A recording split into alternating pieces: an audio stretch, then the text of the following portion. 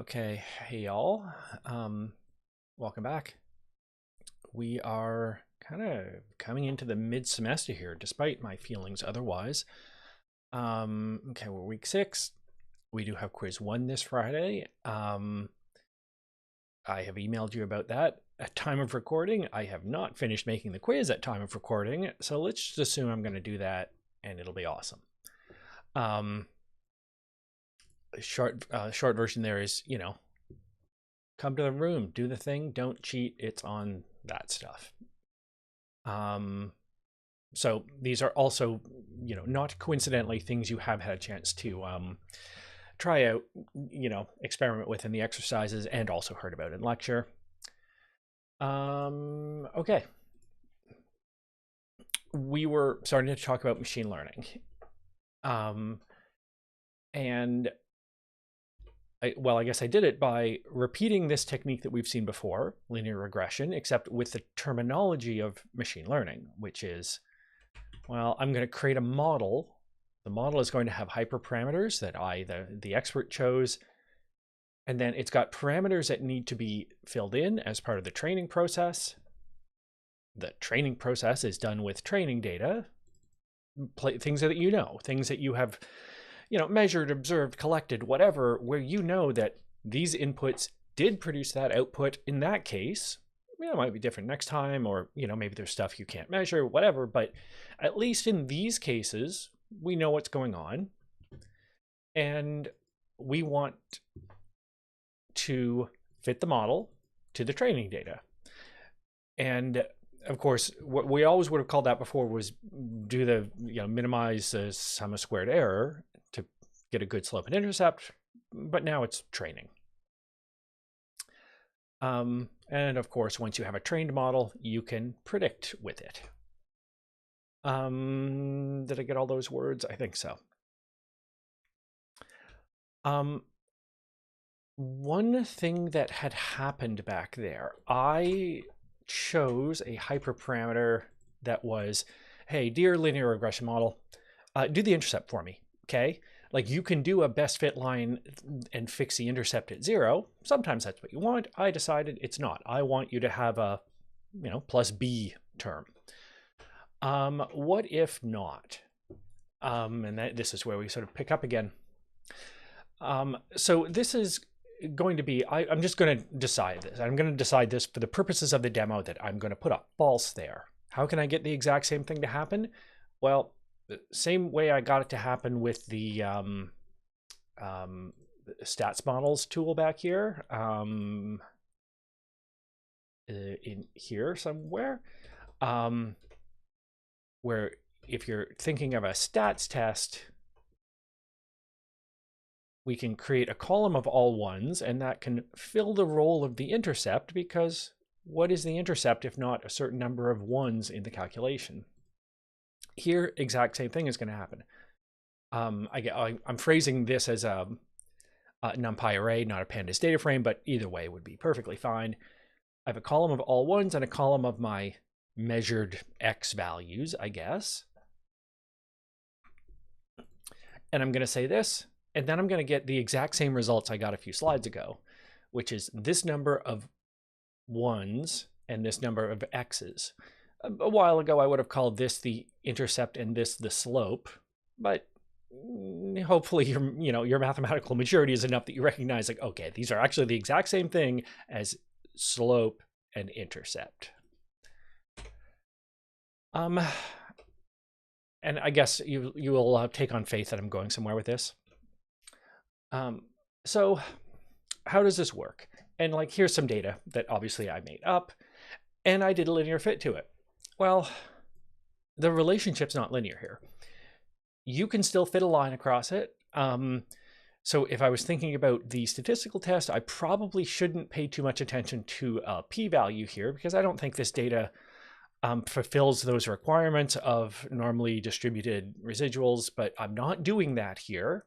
Again, no exception will get thrown. The stats police will not arrest me if I put a linear fit across this data, and that's fine. It's not a great representation of the world. And I guess what I mean by not a great representation of the world is I don't trust the predictions, right? Like the predictions that are going to come out of this model are the red line, the best fit line, and I don't trust it. I don't think these are those, I don't think this red line is a very good understanding of the world in this case. So maybe we can do better. Maybe we can do better with polynomial regression, which is the title of this slide. So if a line doesn't fit, maybe something, curvy will. Well, okay. I mean, I have a linear function that fits on, I want something more than that. How about a polynomial? And it turns out we already know how to do that in a weird way based on what I've already said. So what I did back there a few slides was I just manually created column of ones, column of x's. And then I asked how many times the first column plus how many times the second column is a good fit for this data. And I would have called it slope and intercept. But what if I do this other thing instead? So instead of just creating a column of ones and a column of the x's, I'll create a column of the x squareds and a column of the x cubeds. It turns out there's a shortcut for that. Like there's a thing in scikit-learn to take the values you've got and calculate the, well, I guess however many powers you want, right? So I've said I want the 0th power here. We'll call that bias for some reason. And then I want everything to the 1, to the 2, to the 3rd power. And I'll get that, right? So that's just what this thing does. It's called a transformer, and it, transforms your data. We'll have a better way to get to it than calling it manually like this. But if you do call it manually, this is what happened, right? So I took a 1-column thing. So I had an unx. I didn't have any other, I knew one thing about the world. And if I run it through this, I get x to the 0, x to the 1, x to the 2, x to the 3, because I asked for it. And then if I take that and I feed that into my linear regression, I'm asking how many times x to the 0, 1, plus how many times x to the 1, x, plus how many times x squared, plus how many times x cubed is a good fit for this data. How can I put a good linear combination of these together to get a good prediction for my target, my y value? And well, again, I'm going to imagine you know enough math to know that looks a whole lot like a 3rd degree polynomial. So what I really just said with a lot of words was, what's the best degree 3 polynomial for this data? So I can do that. Take my data, slide it through this thing that generates all the powers, and then just do the exact same linear regression I did a couple slides ago. And then I can get the best possible cubic polynomial that fits this data. And that's a lot better, right? This strikes me as a much better model for the world. Maybe I shouldn't extrapolate too much. Like, I don't know that this part of the line at the far right and the far left are a good model for whatever's happening here. But in the middle, that seems pretty reasonable, right? It's maybe not the perfect shape, but it's a lot better than the line. I think you'll give me that. So what I really got there, like if I actually, poke at what it did. So I had turned off, and by the way, so I included the column of ones here, so I did not need to fit an intercept there. I could have swapped those. I could have said, do not include the column of ones here, but fit an intercept there. I would have gotten the exact same results. I made a random choice, and that's what I did. So these are the coefficients that decided. This is how many times the first column. And remember, the linear regressor doesn't know anything about polynomials. It just knows, oh, the best thing to do to minimize the sum of square error was take this many times the first column, this many times the second, third, and fourth. I know that those columns were the power 0, 1, 2, and 3. It didn't. But it did this. It fit this polynomial to my data, despite weirdly, like, nobody in this story quite knows what a polynomial is. This one just calculates powers and just puts them in a thing, and this one just knows about lines. Turns out if I think of that process the right way, I just fit a polynomial.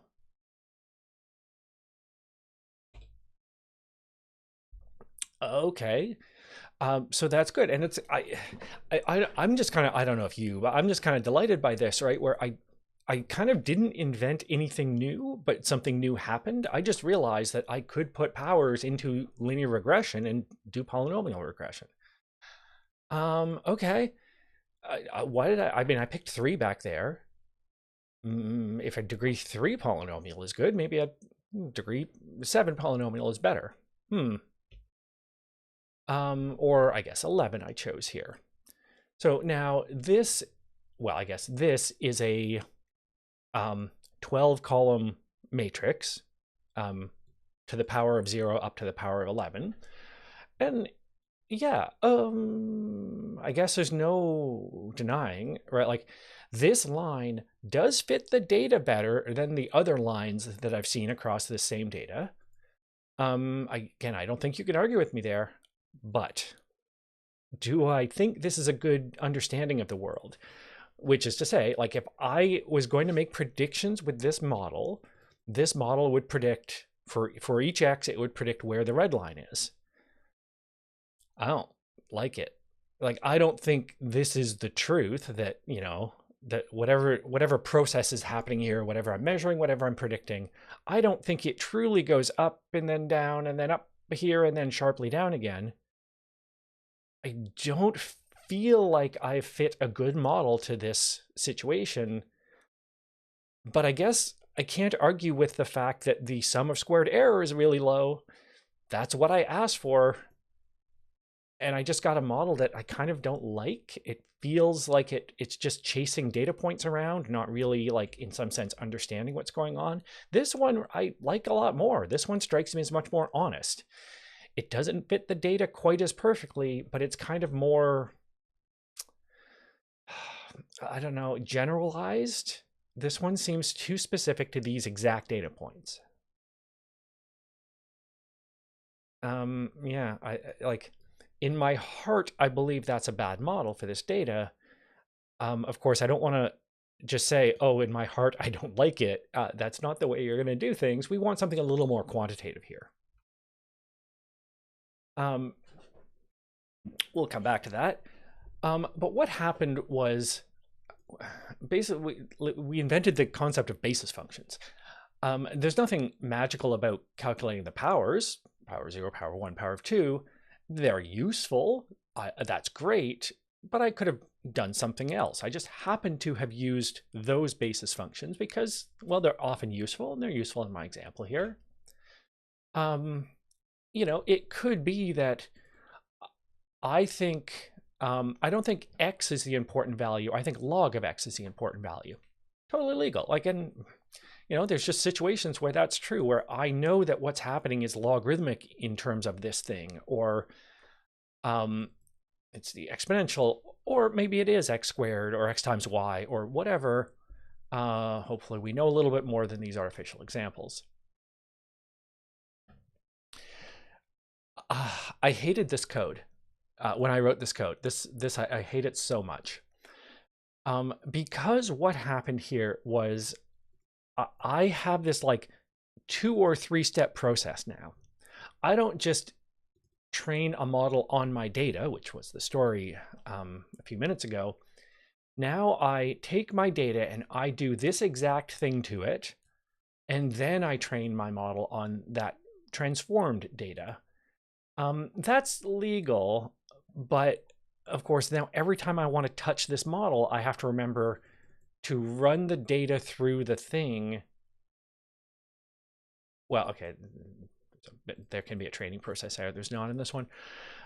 So like when I had to make that plot a few slides ago, I had to do this. I didn't just take, you know, x and the prediction for y. I had to take x and the prediction of the transformed value to get the y. And I have to remember to combine those two things that way every time. And, you know, sometimes it makes sense to do it this way, sometimes that way, and that's annoying. And I'm going to forget one time, and I'm going to be confused about why my plot is completely incoherent. And of course, you know, I'm leading to a thing to help us here, and it's a pipeline. So what's happening here is I'm telling scikit-learn, okay, basically wrap all these things together into one package. And what's going to happen is data is going to come in, and it's going to flow through this transformer, and then it's going to go into this machine learning model. And every time I put data in, there's no question, right? It's always going to go through this pipeline this way because I've put this data management, collection of steps together. So now, and this is what I should have written, and I even hated looking at it on the slide.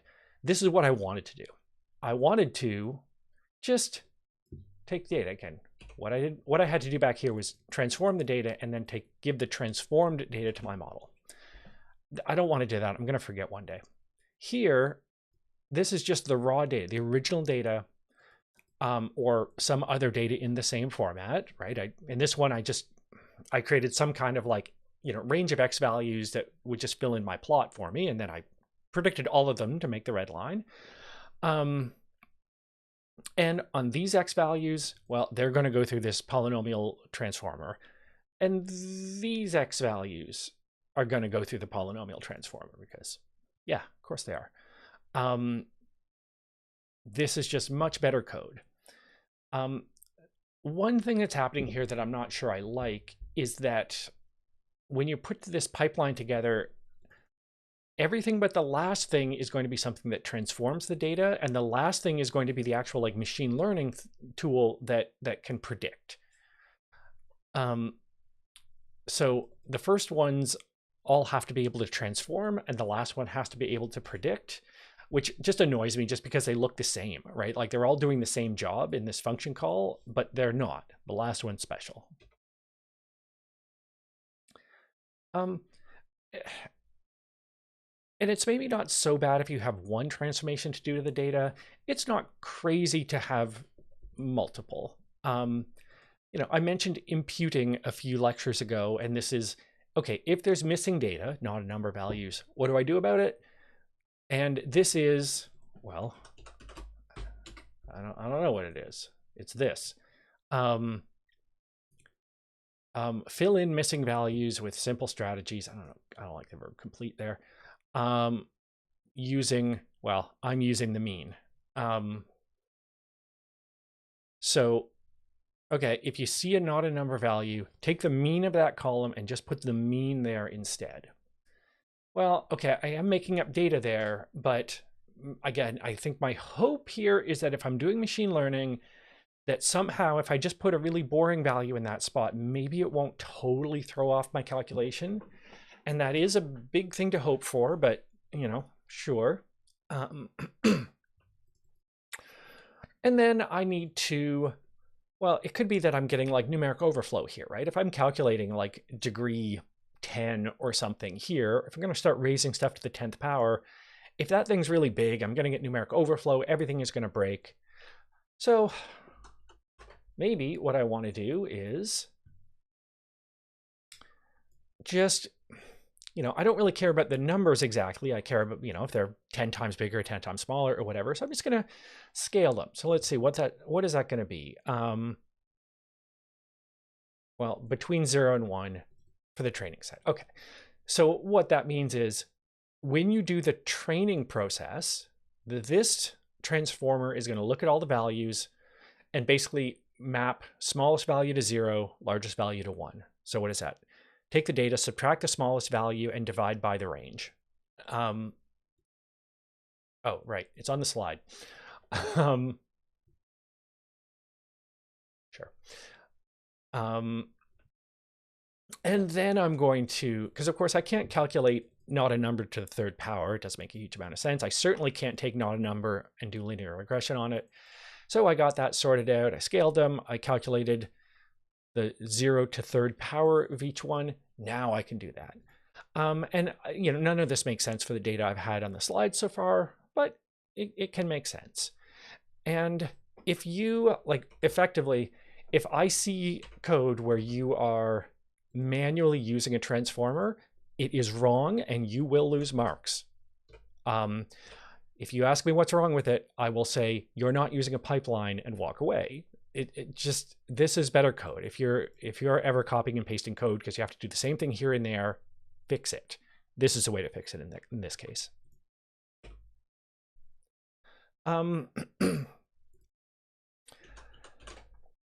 So I used the polynomial transformer there.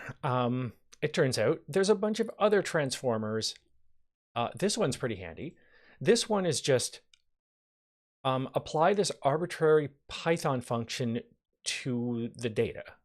So it's the entire, all the features, the entire X, either, I guess, array, like matrix or data frame. What I've done here is I said, well, I kind of know this is a one column thing that I get in.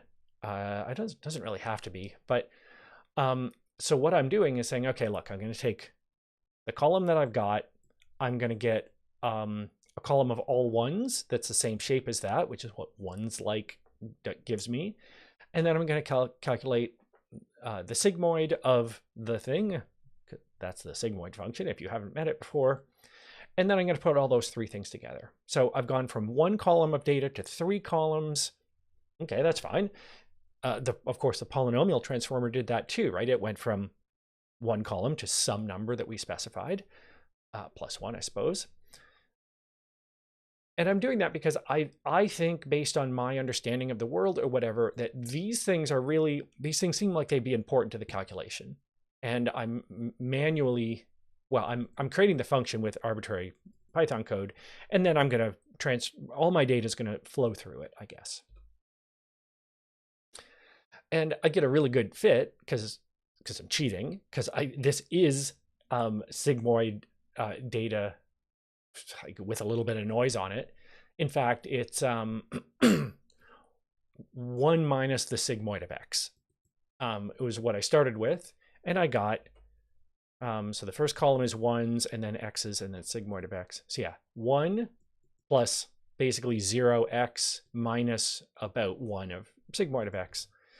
And then again, when I was creating the data set, added a little noise, so the fit's not perfect, but this fit is pretty good. This is a model that I would trust, right? Like, coming back to the question of, do I have a model that makes predictions that I think are meaningful and that I would trust to be correct or nearly always correct, or you know, whatever hope I have? Yeah, I would totally trust this.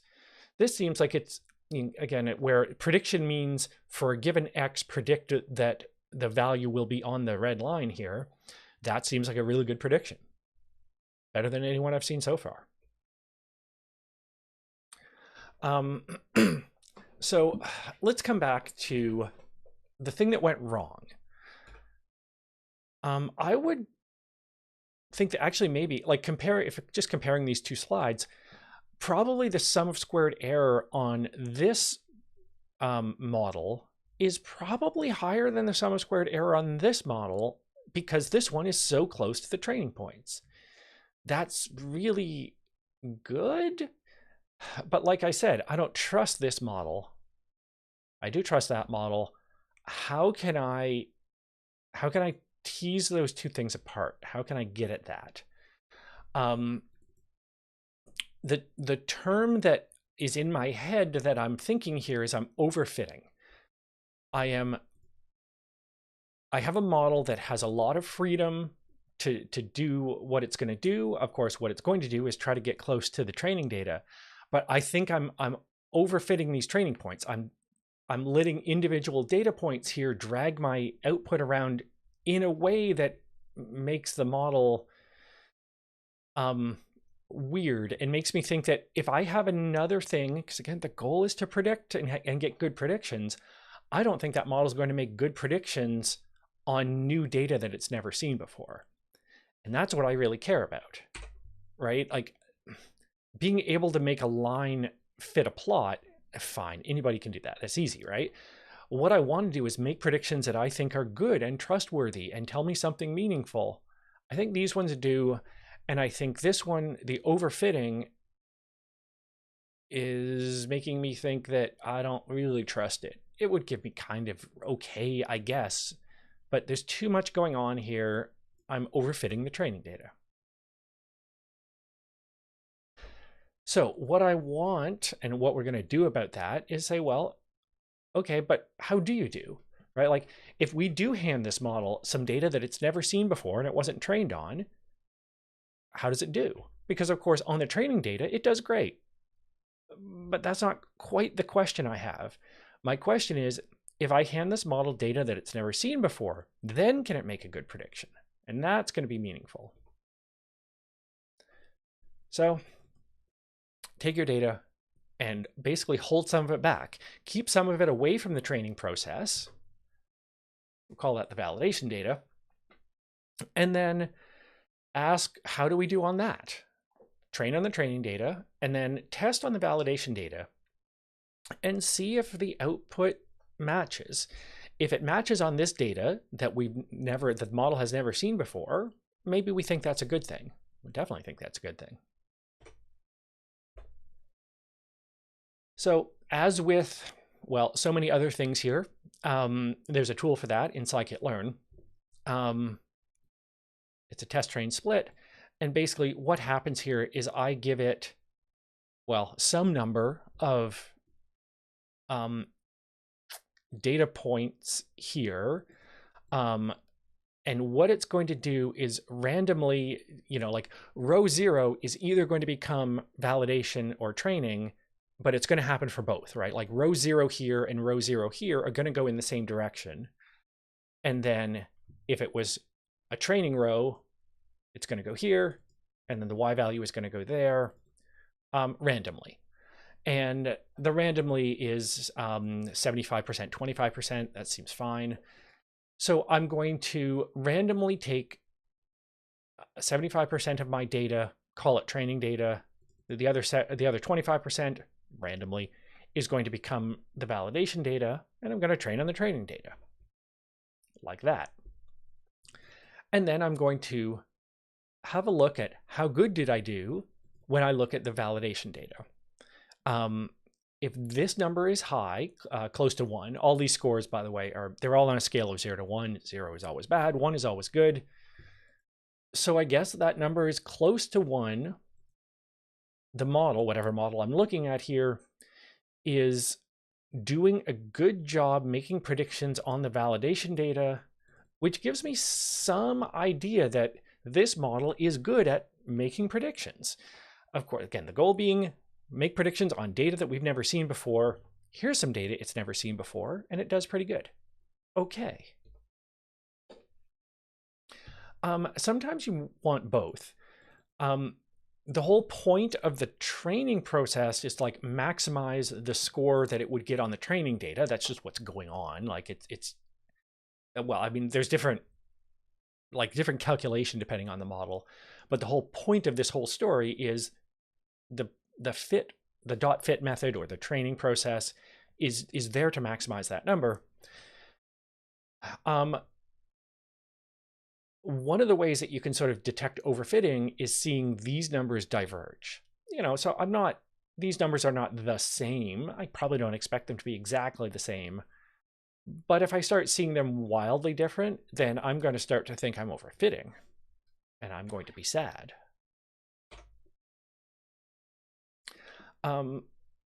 Right.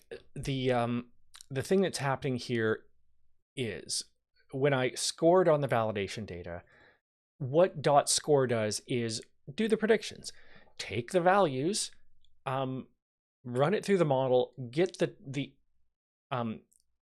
Y values, the targets that it predicts, and then the question is how similar are they? How close am I to being right on each one? And the thing here, it's the R squared value. It's literally the coefficient of determination, which again, 1 is perfectly related to each other. A 0 is completely unrelated to each other. Good. I wanted a 0 to 1 range, and the R squared value is that.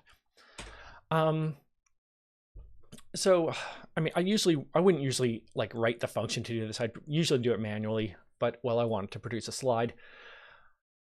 So what I'm doing here is varying the degree of the polynomial. And what I said was, I'm hoping for a good score on the validation data. And this is kind of the pattern I would usually expect. Like what's happening here is I have a model that has relatively little freedom. It just has not very many things it's allowed to do, dials it can turn to fit the data. So I kind of expect, well, if it doesn't have a lot of ways to fit the data, it's not going to be able to fit the data very well. But then as that like freedom is dialed up, as the model has more things it can do to try to chase the training data around, it's going to start to be, of course, really good at following the training data, but that can mean overfitting. And yeah, this is probably what I expect, where really simple model gets a bad score because it just isn't powerful enough. A really complex model gets a bad score because it's too good at fitting the training data and doesn't actually sort of create a good model of the world that can make decent predictions later. And that's exactly what I'm seeing here. So, I don't think, well, frankly, in between like the 5 and n equals 5 and n equals 13 that I've shown you, I don't think there's any difference. Like, I know it's tempting to look and say, oh, like in the third decimal place, I see a difference between these two models. I would think those are about the same in terms of how good they are. I don't think there's too much point in chasing around sort of really, many decimal places away. I guess I'd probably declare that one my winner, but like I said, there is no one correct value here. Some of y'all have been damaged by your previous education to think that all questions that can ever be asked have exactly one correct answer. That's not how questions work. Certainly not how interesting questions work. Yeah, it's kind of any of those is probably good from what I can tell here. If I want to, right, so if I rerun this code and show you both the training score and validation score, you do start to see this divergence here. You also see this number drop, which I think is probably wrong in the sense that I think what's happening is I'm getting numeric overflow there. That this number is not lower so much as it is broken, but I haven't actually looked into that. I think what's happening here is when I take, these numbers to the 17th power, I think the calculation breaks just on what the range of what a floating point value can be. But I haven't looked, but I do see this, and this is enough for me to say I don't want n equals 17, which is why I haven't looked I looked into it very closely after that. So if I declare the degree 9 model the winner, this is the picture. And this is, I think, the first time I've plotted both training and validation data. Usually I'm going to plot with the validation data just because that is the thing I'm looking at mostly, but this is both. So when the model was trained here, I gave it the blue data points and it fit this line. And that seems like, yeah, that's totally reasonable. And then the green points, the larger points, if you happen to be blue-green colorblind, the slightly larger dots are the validation data, and that's usually what I'm going to look at. And if those seem like, it seems like the model is close to the validation data, I am happy. This is what happened for the n equals 17 case, where again, I think this is numeric overflow, right? It's not even following the training data very well. There might be something else going on there that's a little more than my story, but there you go. All right, that is that. Okay, let's do something besides regression. And I guess maybe let's remind ourselves what regression is. For linear regression, for this polynomial regression, for any other kind of regression we do, the question is fundamentally, what's the number? What number do I think y is going to be or close to for this input? Okay, and I've been drawing this as a plot, right? Like I have the x values and only have one input because I only have a two-dimensional screen, and then I have the target on the y-axis. And my y values are close to the true y values, so I am happy. So for a numeric prediction, close to is good. On the other hand, maybe what I want to do is make a categorical prediction, which is to say, do classification. So that's something where there's a fixed number of categories. And this can, I think an example is better. Um, like, given an email, determine whether or not that email is spam or should be put in the spam folder. Well, that's a Boolean classification. It's either going to be true or false, or yes or no, or however you want to phrase it. Or, on what day of the year, something, something. Well, there's 365 categories then, or something. So these things are classification problems where my output is not a number. There's no sense of being close, only right or wrong. I either get the right category or not. That's it. As before, so same thing that I have before, the inputs are a matrix. So if I have n data points, I'm going to have n rows. And then every fact I know, every number I've measured is a column. We'll call them features. I know m things about each data point. And then I have a vector of n things that are the targets. And now the targets are just these categories. So my training data would look like, here's 10,000 emails and some known correct classification of spam or not spam, or 1 million credit card charges, and each one is categorized as was it fraudulent or not. Because of course you'd like to be able to do this automatically. Or I guess if you're a credit card company, you would. And they do, I think. It's been a while, but I have had Visa called me and asked, hey, are you in Miami buying shoes right now? And I said, no. And they said, okay. And somehow I never heard anything else about that, but something, machine learning or whatever, or maybe just simple rule that's like, hey, this guy bought coffee in Vancouver this morning and shoes in Miami this afternoon. That doesn't sound right. So yeah, that might not have been a machine learning based process, but anyway, let's pretend it was. So the story here is, of course, this is not going to be perfect. Inherently, machine learning, we expect good accuracy, but not perfect. It's just the nature of the game, because we are fundamentally just making a prediction here.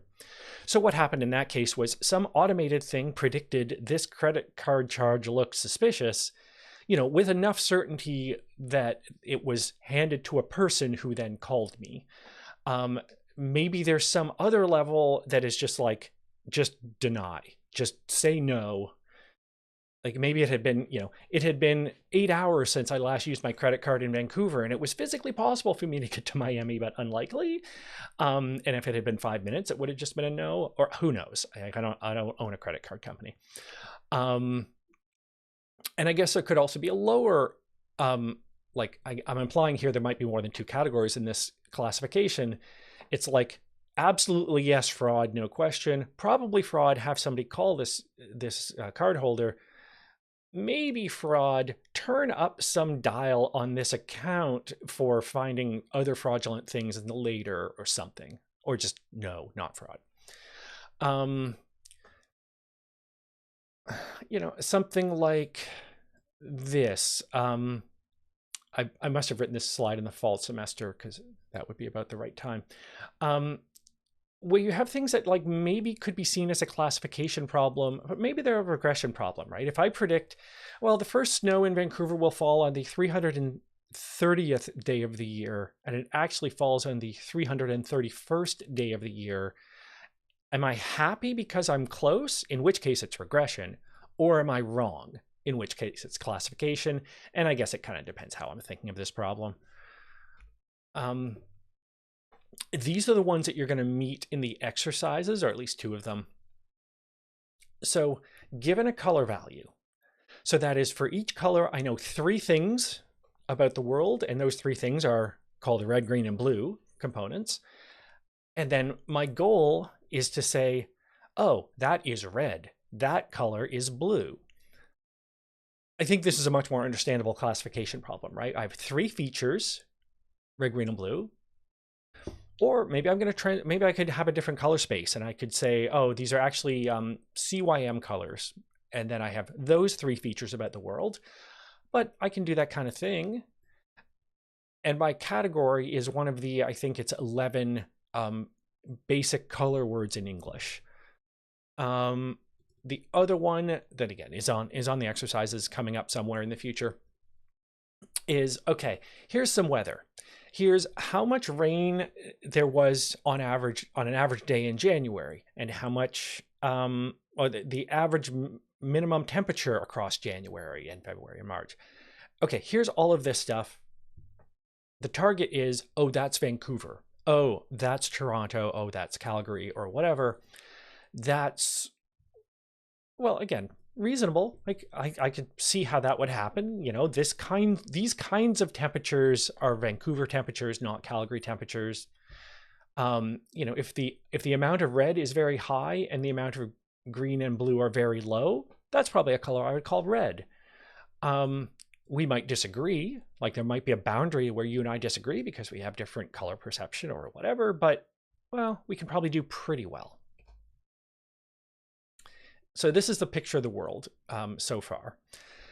In machine learning problems, if we have training data, if we have known correct values for, you know, a decent number of data points, then that's supervised machine learning. There is unsupervised machine learning over here that we will talk about at some point. If those things that I'm trying to predict are numbers, it's called regression. If they're categories, it's called classification.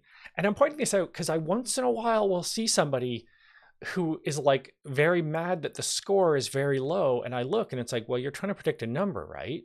Yeah. Why have you used a classifier that will say, well, the correct answer is 19.1 and you have predicted 19.2, therefore it is wrong. No, it's actually close and you should be happy. Choose the right tool for the job.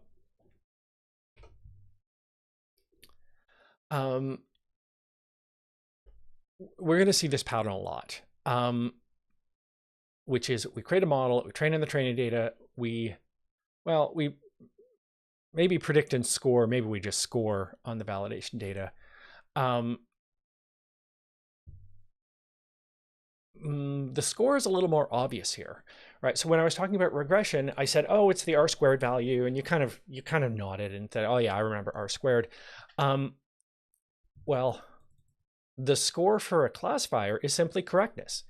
How many of these things are the same as those things? Whatever fraction that is, that's how you did. You hope for 1, you're sad if it's 0. And that's what I didn't include here, but that's what the dot score will do. It's predict on the validation X values, compare them to the validation Y values, the fraction you got correct, that's your score. 1 is good. Okay, now we should actually talk about this, right? So far we have linear regression as a regressor. There's other regressors. We'll get to those. We'll come back to it. What about a classifier? So what kind of tool could we use to take a bunch of things I know about the world or about this data point or this row or whatever you want to think of? I know M things about each row that are like inputs, and I want to predict one of the categories. How can I do a good job of that? Well, let's think about this like we're in the stats class or in the probability course or whatever. What is that, 210? Oh, okay. If I'm going to think about it as a probability problem, I say as if I just thought of this. Let's say I'm going to construct a probability of being in that category.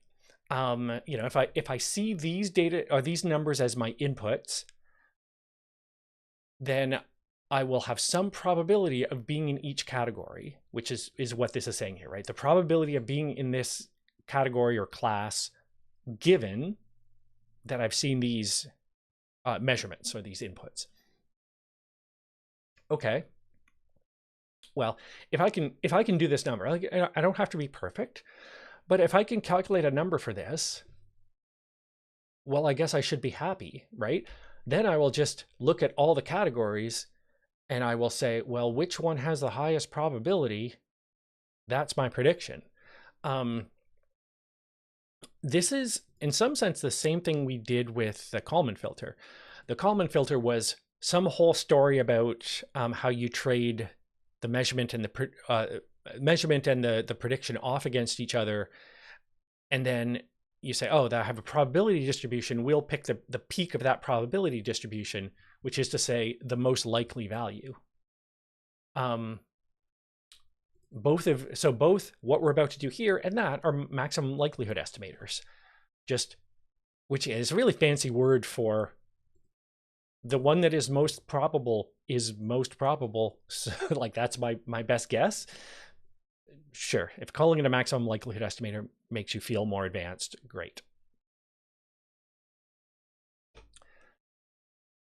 Okay, so I used this conditional probability back here, hoping that you remember what that is. It's given that this is true, given that I received these measurements or these observations from the world, what's the probability of being in that category? Or what's the probability of being in that category given that I saw these measurements, I guess is how it's usually read. And Bayes' theorem exists, and Bayes has been the title of this slide for the last few minutes. Well, the other details aside, what I'm getting here is that I get to flip the conditional around. So, if what I had was the probability of B given that A is true, I get to turn that into the probability of A given that B is true. Maybe that's handy. So it turns out, again, given that what I have is, what I want is this. I want to know the probability of being in each category. What I can get towards is the opposite thing. If I'm in this category, what's the probability of seeing a specific measurement come out? It turns out that's a thing I can actually estimate, and I can use Bayes' theorem to get from one to the other this way. I don't actually think the thing that happens in between those two slides is very exciting, but it's in some textbook somewhere or the Wikipedia page or something. There's a few things that happen on the way. One of them is an assumption that makes naive Bayes naive. But I get this, and what I have here is for each feature, like for each column in my data set, if I'm in this category, what's the probability of getting that measurement back? Okay, maybe we could guess. Times the probability of just being in that category, just straight up, ignoring everything else about the world, times a constant. And well, it's a positive constant. So if I'm just going to pick the largest one, I don't need to care about that positive constant, right? Like if you have a bunch of numbers and you pick the biggest one, or you have a bunch of numbers and you multiply them all by 1,000,000 and pick the biggest one, you're going to pick the same one, right? So I don't care about that. So if I can figure out those things, I can calculate a probability, and then I can pick the largest one. Let's do that after the break. See you in a few minutes.